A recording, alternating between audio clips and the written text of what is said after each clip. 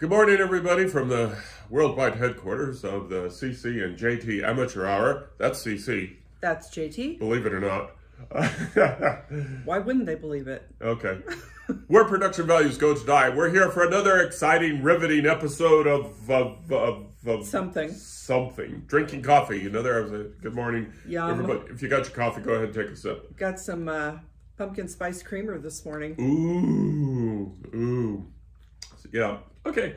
As always, we have always interesting things going in our house. Anyway, interesting to us anyway. Right. That's what we're here to tell you about. The interesting times we're going to tell you about. We'll take it in chronological order. First of all, we released a book. Yes. Actually, we released a book that we already did, but we released it in paperback. From Tundra to Tiara. Ooh. And tell us about it, Vanna. This beautiful paperback version of From Tundra to Tiara can be yours for only $9.99 on Amazon.com. This is our romance.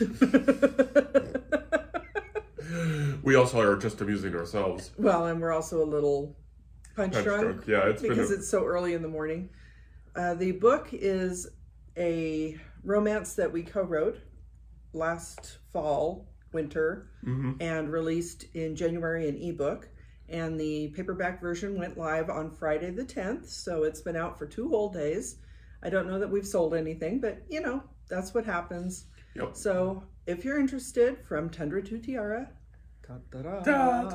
is available on Amazon right now. And I think as I've said before, is if you go to Walmart and you look at their display, or Target, or just pretty much any bookstore, you'll see lots of books like this, except ours is the prettiest. I do like the color scheme, the way it turned out. It's kind of a wintry look, so yep. We're going into that season, and there is a reason for that, because obviously it does mention the tundra, and we think it's a fun book. It's a fun book, so we would appreciate if you were to go out to Amazon and plunk some dollars down, and if you do, then you'll have two very happy people.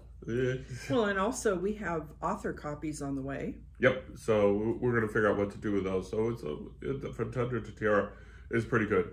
The second thing that we're going to be doing here is we're releasing a book on December 1st, and what? JT is releasing a book. Okay, yeah, I am releasing a book. Written by JT. Yes. And like Tundra to Tiara, it's something that's already out in ebook, but it's 2 books combined into one, and it's the Tucci Chronicles, and that leads us into today's subject, but just very quickly, these books have been out for a while. They were my favorite to write because of the whole redemption arc kind of thing, but they're kind of brutal, and that's today's subject. But I'm going to be doing a cover reveal here fairly soon, probably like Friday. What's Friday anyway? Friday would be the 17th, I think. Yes, that's right. Yep. 17th. Yep. So probably do a cover reveal like on the 17th, and then kick into that, pushing it, and it'll be available for sale on December 1st. So woo, Friday, December 1st. And I'm going to be talking about all the interesting things that we, technically we did that, but we're not here to talk about those technical aspects. We're talk about the writer's mind, such as it is. So it's kind of interesting that within the same month, within a couple, 2 or 3 weeks of each other, we released these 2 books, and they're, if you pardon the pun, they're polar opposites. They are polar opposites, and so there may be people that will be checking out the podcast and the YouTube and the TikTok and hear us talking about From Tundra to Tiara, and we're going, oh, it's a soft romance, it's a general romance, it's it's all things like that, and and candidly, and everybody has their own existence, I guess, opinion, tastes. Yes. And so that would actually turn them off. That's true, because there are people who don't like, they think it's kind of sickly sweet because maybe it doesn't reflect real life to them. And in a lot of cases, that's not real life for people. and that's one reason people are drawn to that kind of romance, I think, is that it is sweet. There is not a lot of, I mean, there is drama, but it's not physical, like violent type of drama. There's not conflict. There's there's some emotional conflict, right, but it's not the conflict that will make your stomach churn.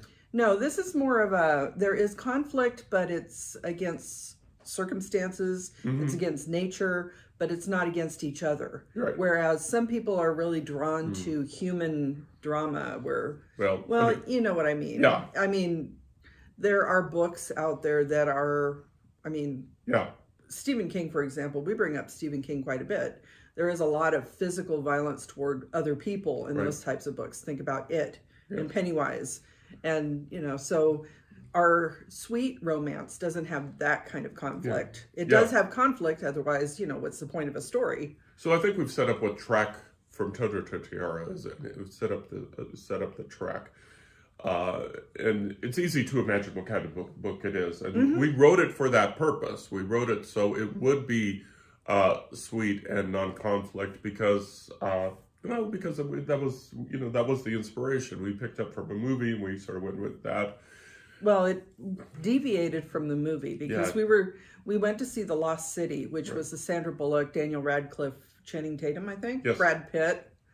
Hysterically funny movie. And we were kind of going for the comedy aspect. I don't think we got there, but the book From Tundra to Tiara, I like to think it's a little bit along the lines of The Princess Diaries. Yep.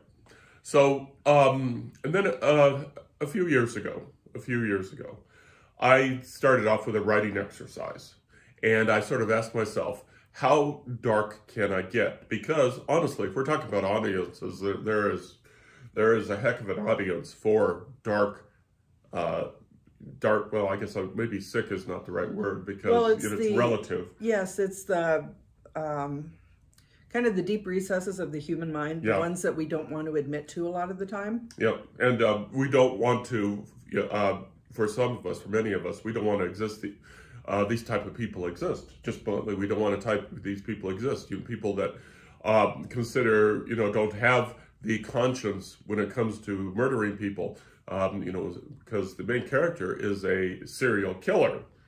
And on top of that, he is a ex-convict. I mean, it's like he's just got out of prison, is how the book starts. And he immediately returns to his old ways. And, and so he's a little bit like Dexter, maybe. Well, in a way. In a way, but it comes from what I think even a darker place than that. Because... I don't know, Dexter is pretty dark. But, candidly, he's also a sex fiend. They might as well just get that out there, too. And so what you have here is, the same mind that wrote the Tootsie Chronicles, which is the two books, Love and Death on I-80 West and Starting Over in Las Vegas, the same mind that jumped in all over the Tootsie Chronicles did From Tundra to Tiara, too. And so that's the yin and the yang of being a writer, is that it was an interesting exercise that turned into two books, and now on December 1st, the compilation will be available for folks to read.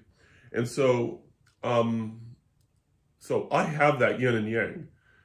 Do you have that yin and yang? Oh, yes. I mean, I think everybody, no matter how sweet or innocent we think we are, all of us have days where our minds go to those dark places. We might not necessarily feel like it's something that we are going to act out on, which unfortunately that happens a lot in society these days, that people are acting out on those kind of impulses. But it's more of a, I know these things can happen. I can imagine these things happening. So I do have the dark thoughts, but not as I would act out on them type of situation. But in a way, I did act out on them because I put it in a book. So But I will say, after having been with you for 40 plus years now, I don't think that it's your inclination to act out physically in that way. I mean, there is a difference between imagining it happening and having the impulse to actually act out on it. And that's kind of, and I think, one of the big writer jokes is that don't look at my search engine Yeah. Because, you know, Yeah. FBI don't look at my search engine because who knows what I'm looking up this week, you know, have from all kinds of horrible, horrible things. And I think that just goes to illustrate the point that everybody kind of has that darker side, whether or not we want to admit to it. And it's interesting how the darker side for me came out in the book. Because, you know, candidly, some of my childhood did actually spill on the pages, and it just happened that way. But I still had challenges getting it out there. And the first book, Love and Death in I-80 West, actually, I didn't even publish it under my own name, my own pen name. I created a whole new persona, social media presence, the whole works, and I published it under that. And then it took a few years to realize, you know, hey, this is my book. This is, you know, something I wrote. I should take ownership of it. So I pulled it back into the J.T. Hume. It was the book has been an exhibit of the conflict that kind of, you know, that a writer can deal with. Because I'm sure that some writers that don't watch this YouTube or read or listen to this podcast, are in the same situation where we wouldn't know who they were if we were to meet them on the street. Yes. But if we were to see their works, we would go, oh my God, you wrote that. Right. And so do you see yourself ever doing that? Ever going to, maybe not to the, I don't want to use the word depths, maybe extremes is a better word, to the extremes of Tucci. Do you have a book in your mind where you could do something like that? Actually, my first published book under my real name, which I'm not using because there are too many other people out there with the same name, that does go pretty dark. And actually, it was a sci-fi that was a little prescient into things that happened over the next couple of decades from the time that book was published. So that book did go dark. There was, I believe there was a rape scene in it. And, you know, so most people who know me would not imagine me writing something like that. But in that world, it was a logical extension of what was happening in that world, basically. So it was something that didn't happen out of context. It wasn't something that I just threw out there. In the course of the story, that was the way things played out because it was a power issue. But at the time, I was, you know, I felt bad about it, honestly, putting that out there. Yeah. And one of the reasons I don't talk much about the book is that I still feel bad about it, but it, you know, it makes sense in the context of the story. Yeah, and I think that's an important part, because once you start going down that path, yes, once we as a writer start going down that path, and we know the characters, we know the circumstances, we know the setting. It's, you know, you just got to get on that sled and you got to take it down the hill, and well, and you know, going back to Tundra and Tea. but you know what I mean. Yes, you use, I think you use the word obligation. You have an obligation to the character and to the settings, yep, to see it through to the end. And so I had the same thing when I wrote the first, you know, like 3 or 4 chapters of Tucci. It was like an oh my God moment. I mean, there's a lot that happens in the first like 2 or 3 chapters. Oh yeah. Right away, and it's like, oh my God, what have I started? What have I done? And it's like, well, here we go. Get on the toboggan, ride down the hill. Well, and I think about a lot of the books that you and I have read over the years. For example, Patriot Games. You know, that kind of, it is very violent. It is very disturbing. There is a lot of, you know, it's not just war, but it's people acting out in situations where they shouldn't be acting out. And it is very true to life, unfortunately. So books like that, and they happen across all kinds of genres. It happens in romance. I believe I've heard about romance authors that are they've had some backlash because they write relationships that aren't really healthy, that may be violent, but in a way that makes it romantic.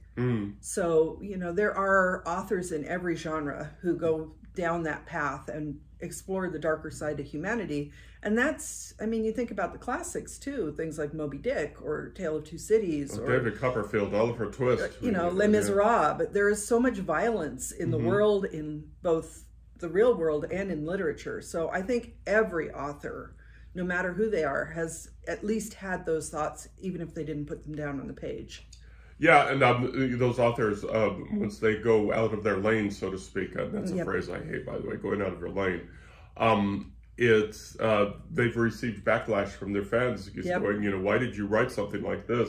The example that I can think of right off the top of my head is Kiss, and when they did Beth. Oh yes. When they did Beth. Which actually, that is my favorite Kiss song. I love that one. Not that I didn't like Kiss, but they were kind of extreme, like. I'm not even quite sure how they were. But my point being is when they went outside of their lane like that, they received lashback. Oh yeah. And it's like. But that song. So the yin and the yang of being a writer is an interesting thing. Is an interesting creature to sort of get a hold of, and always the question is that should writers stay in their lane? Should writers experiment and stretch their horizons?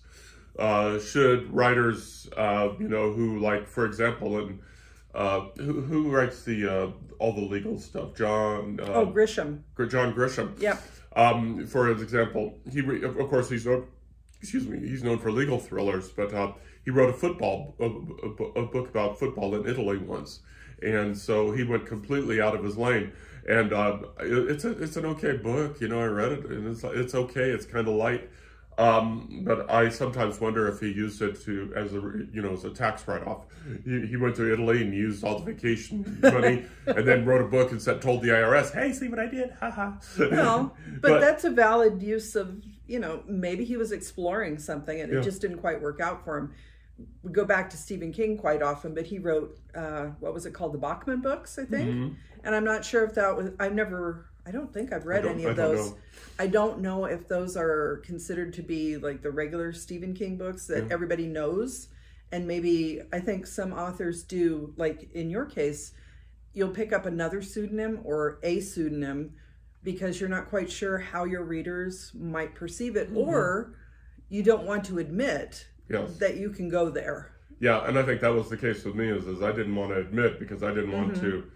I didn't want to say that, hey, this is me. This is a part of me. But in fairness, it's that part is probably in most of us. I don't want to say all of us because there's always exceptions. But you know, it's in most of us. I do think it's a part of the human condition to at least imagine violent things happening. Like I said, people may not necessarily act out on it. They may not necessarily even admit that those thoughts have popped into their head. As I don't know if it's happened to you, but every once in a while something will pop into your head and it's like, oh my gosh, why did I just think that? No, that's not right. And that's part of being a human. It's like you have these impulses that just pop in and out, and what you act on that's what displays your character. Yeah, and that's actually a good point, because who we are is, and this sounds contradictory, but who we are not our thoughts. No. Who we are not our thoughts. Who we are our actions and our words. That's our character. So we can think all these things. And so we probably, there's probably, for example, religious folks that have those thoughts, but they don't act on those thoughts. Their character is their actions and their words, and that's fine. We cannot judge folks on what they think, because thinking is, what's the phrase that someone put out there on the internet once? Thinking is how we were raised, but acting is who we are. Right. And so some people are raised in terrible circumstances, but become better for it, and they act in a better way than what they're thinking. But then you have the Tucci Chronicles, which is actually, so that brings up the other question: are the Tucci Chronicles, or books like that? Since those are thoughts that are acted on, is that the character of the writer? But we will say, or I will say, that the main character in that book does have a redemption arc. Yeah. And you said that that's one of the reasons that you like the book so much is the redemption arc. So I think the fact that even such a violent character with so many bad things in his life has a redemption arc is a positive thing. And acting out on those ideas, you know, even by putting them on the page, maybe that was cathartic for you as a writer. Right. So, you know, I'm speculating because obviously I am not a mental health professional, but it seems to me that a lot of the writing that we do is cathartic. Yes. And we'll put things down on the page just to get them out of our head. Yeah, and I think that's way true, because sometimes the story, and I admit probably Tootsie was this, it just got to itching me, and it's like, you know, once I started it, it's like, okay, you know, I got to get this out. And that's how 2 books are created, and as I said, on December 1st, they'll both be available in one edition. And it's a situation where if you want to become more intimate with an author, that's a way to do it. Because if you're what is the expression, you're bleeding on the keyboard type of thing, it's like you're actually physically releasing some part of yourself out into your writing. So writing is a form of intimacy between the reader and the author. So what are you thinking here, folks? Are we off? Are we on? Are we off? Yin and yang? Is it for you, the writer, is this something that you can keep at arm's length, and you're saying, you know, what I put on the page is not me, and you know, that's perfectly fine. You know, I'm sure we could probably name a dozen writers, and no, we're not going to mention him again, but we could probably name a dozen writers who put things out on the paper that we're pretty sure that's not them as a person. At least sometimes I wonder. I hope not.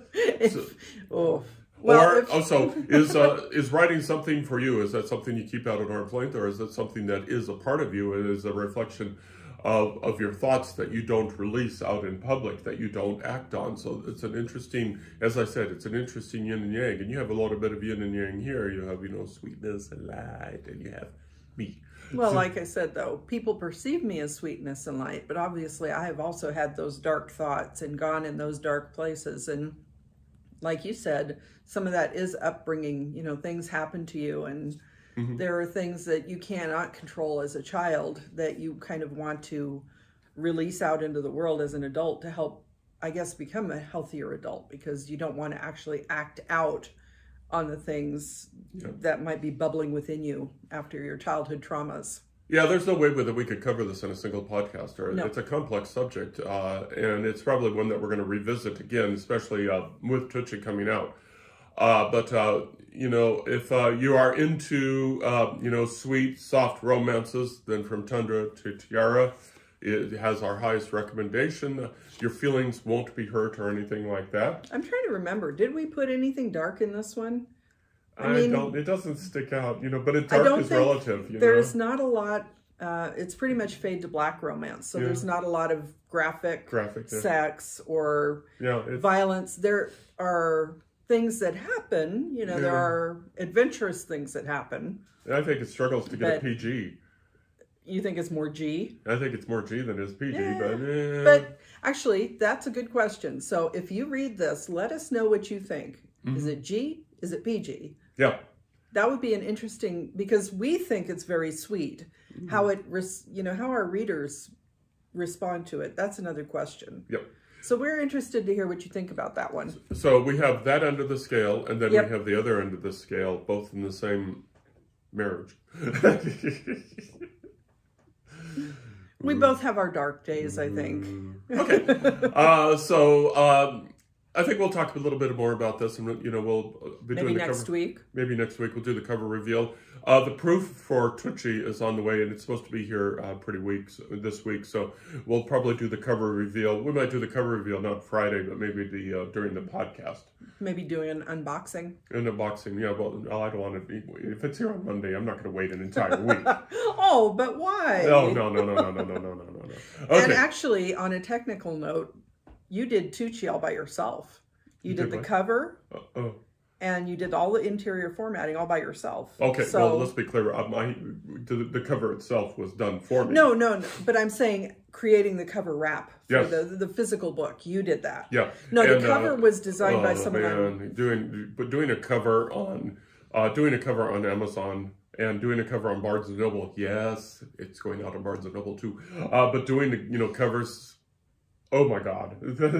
That's what I meant. No, we did not design these covers. Tundra and Tucci were both designed by someone on 99 Designs. Yeah.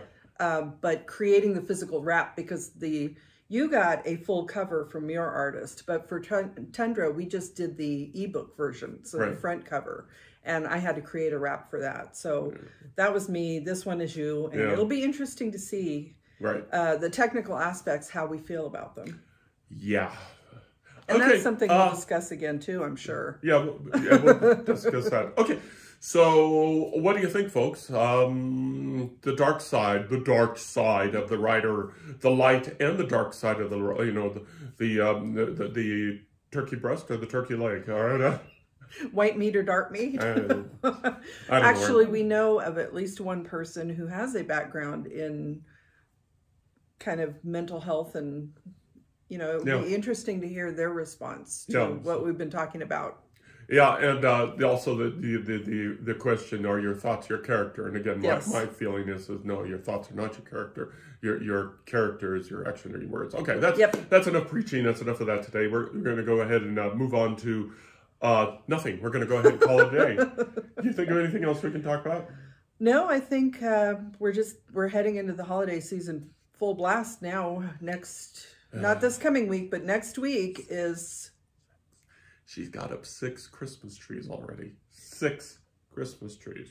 Small ones. I haven't put up the main tree yet. I'm debating getting one more tree. Okay. I started early in places that we don't look at very often, except obviously right next to your desk. There is a reason for it, and it goes back to rearranging what I've got stored. I'm trying to get things under control. So that's one of the reasons I started early this year. How many nutcrackers do you have out? None. Oh, wow. Yeah, Christmas trees and nutcrackers. We'll be doing pictures later. Okay, anything else? No. Okay, over there, Cece. And that's JT. Take care of yourselves. Then check us out on our website at www.carsonhume.com. We have a social media page. We have a books page. We have all these pages out there for you to connect to us. If you've got feedback, you can do it through the website, or you can find links to us, our social media, and you can reach us through there. But until then, y'all take care of yourselves. Thank you for being with us. Take care. Bye-bye. Bye-bye.